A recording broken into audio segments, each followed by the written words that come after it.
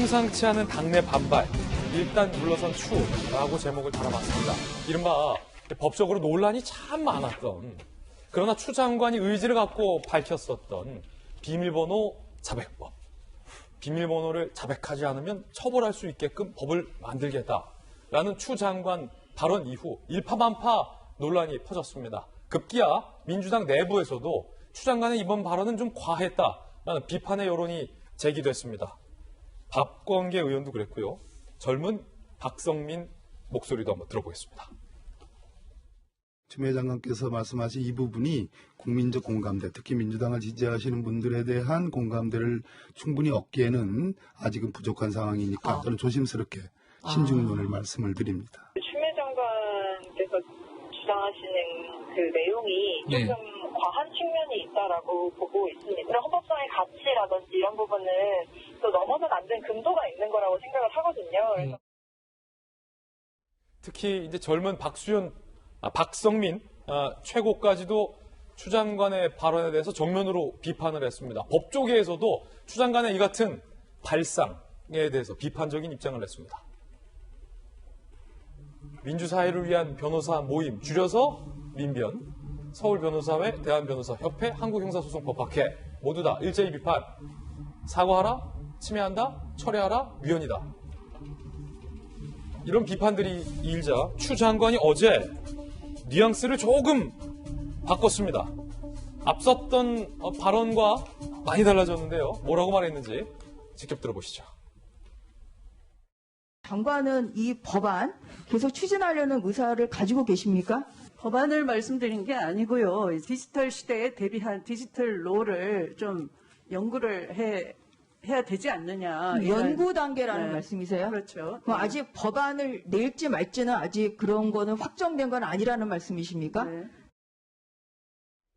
추 장관이 말을 바꿨습니다. 지난번에 했던 건 연구 단계라는 필요성을 말한 거다라고 밝혔는데요. 김광삼 변호사님, 검찰 출신의 김광삼 변호사 모셨는데 두 가지 궁금합니다. 추 장관이 그때 강력하게 말했었던 게 이제는 연구 단계의 필요성에 대해서 취지로 말했다고 지금 주장하고 있는데 분명히 저희 기억에는 한동훈도 나왔었고 뭐 영국 사례도 나왔었고 정말로 그게 연구 단계의 발언이었는지 두 번째 정말로 연구 단계에 아직 설익은 아이디어 차원이었다면 법무부 장관이 왜 그렇게 설익은 발언을 국회에서 얘기한 건지 어떻게 생각하십니까? 추미애 장관의 이제 저런 언행을 보면서 그런 생각이 들더라고요. 정치인의 변신은 무죄. 그러니까 정치인도 굉장히 변신을 많이 하죠. 뭐 특히 최근에 이제 대권 주자의 경우에는 분명히 자기가 주장을 강력히 해놓고 이건 단순 의견에 불과하다. 그 의견과 주장의 차이가 뭐예요? 그런데 추미애 장관이 사실은 지시를 했을 때 내용 그리고 국회에 나와서 한 내용을 보면 그렇게 얘기했잖아요. 이제 한동훈 피의자 같은 사건 이렇게 얘기했잖아요. 그러면서 더군다나 영국의 예를 들었단 말이에요. 들면서 구체적으로 디지털 시대에 이런 법이 필요하다는 취지로 얘기를 했거든요.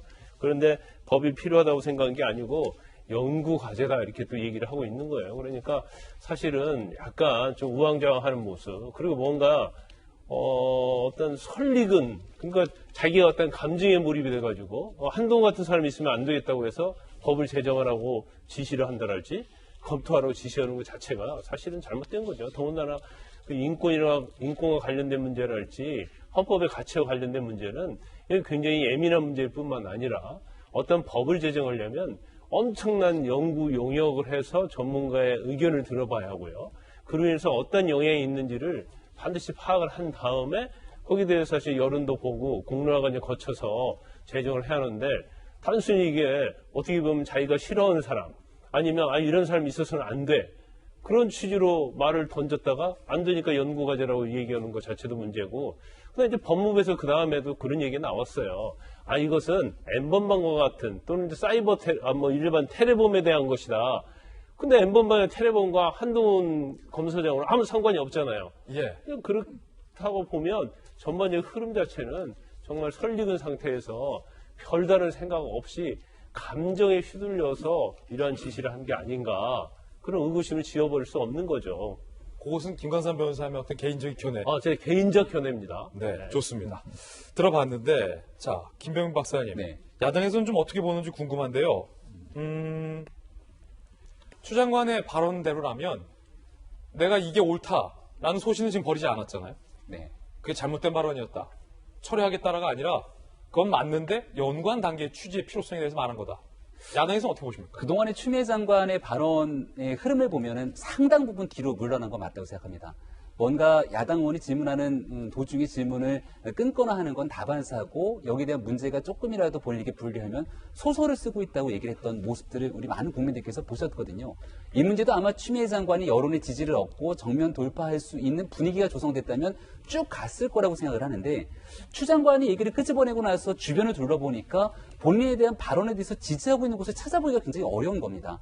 조금 전에 더불어민주당 내부의 반응을 봤는데 젊은 20대 최고위원도 나서서 기본적으로 넘지 말아야 될 선이 있다고 얘기를 하게 되고 또 지금 정의당을 비롯한 진보적인 정당과 시민단체에서도 마찬가지로 앞다퉈서 추미애 장관의 저 같은 발언에 대한 이 도를 넘는 행동에 대해서 비판하고 있고 민주당 내에서도 추미애 장관 잘하고 있다 이렇게 박수치는 목소리 찾기가 굉장히 어렵거든요.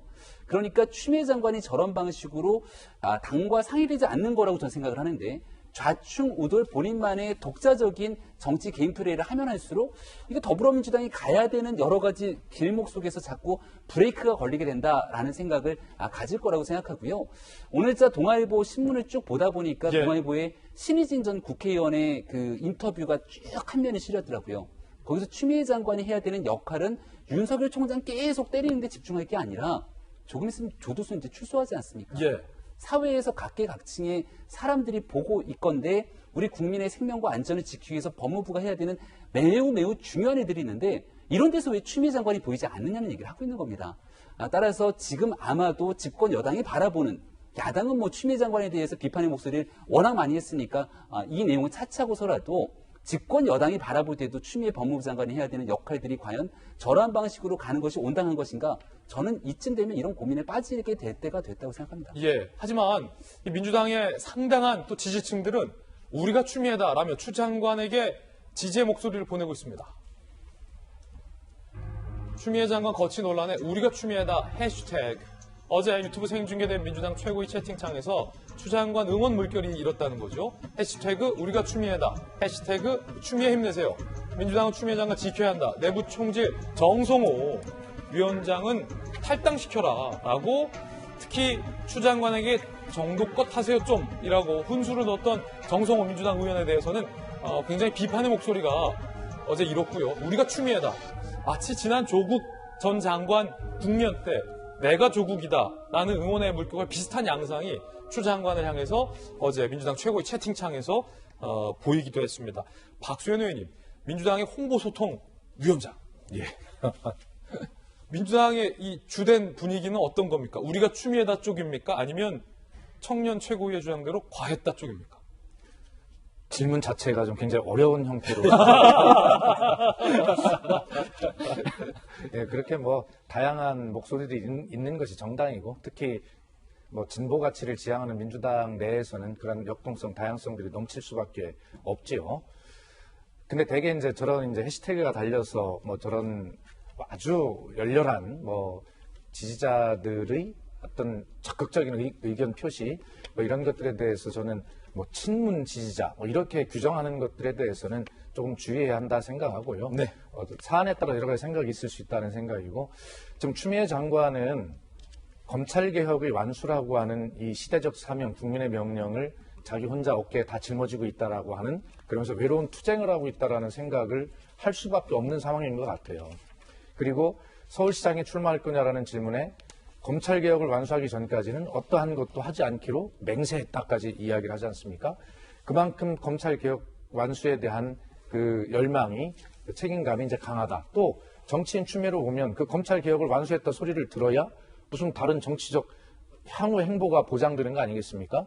그렇기 때문에 이제 마지막 자기는 힘을 다한다 생각하고 소위 윤석열 총장 사단으로 분류되는 추미애 장관이 보기에 이 검찰개혁에 저항하는 일부의 정치검찰이라고 하는 사람들이 지금 저항하고 있는 국면으로 보고 있단 말이에요. 그 상징적인 것이 한동훈 그 비밀번호일 겁니다. 특히 검사장 정도 된 고위 검찰 간부가 그 수사의 수수를 협조하지는 않고 그것을 가서 그 장고가 안 준다라고 하는 것에 대해서 분노할 수 있죠. 입장에서는. 그렇다 하더라도 추 장관님께서 지금 박범계 의원이나 박성민 최고위원이 지적했듯이 민주당은 공익적 가치와 어떤 개인의 권익이라는 것이 충돌할 때도 사실은 그 개인의 가치를 무시해서는 안 된다라고 하는 전통적 가치를 가져온 정당이고 그 당을 대표로 하셨는데 마음이 아무리 급해도 예. 실을 바늘 허리에 묶어서 쓸 수는 없는 법입니다. 그러니까 천천히 잘 들여다보시고 바늘 귀에 실을 잘 꿰서 그렇게 바느질을 해야 튼튼하게 잘 예쁘게 바느질이 될 거다. 검찰개혁 완수는 그렇게 시간을 가지고 하나하나 짚어가면서 하는 것이 추 장관이 제대로 잘하는 일이다라는 말씀을 드리고 싶습니다. 예.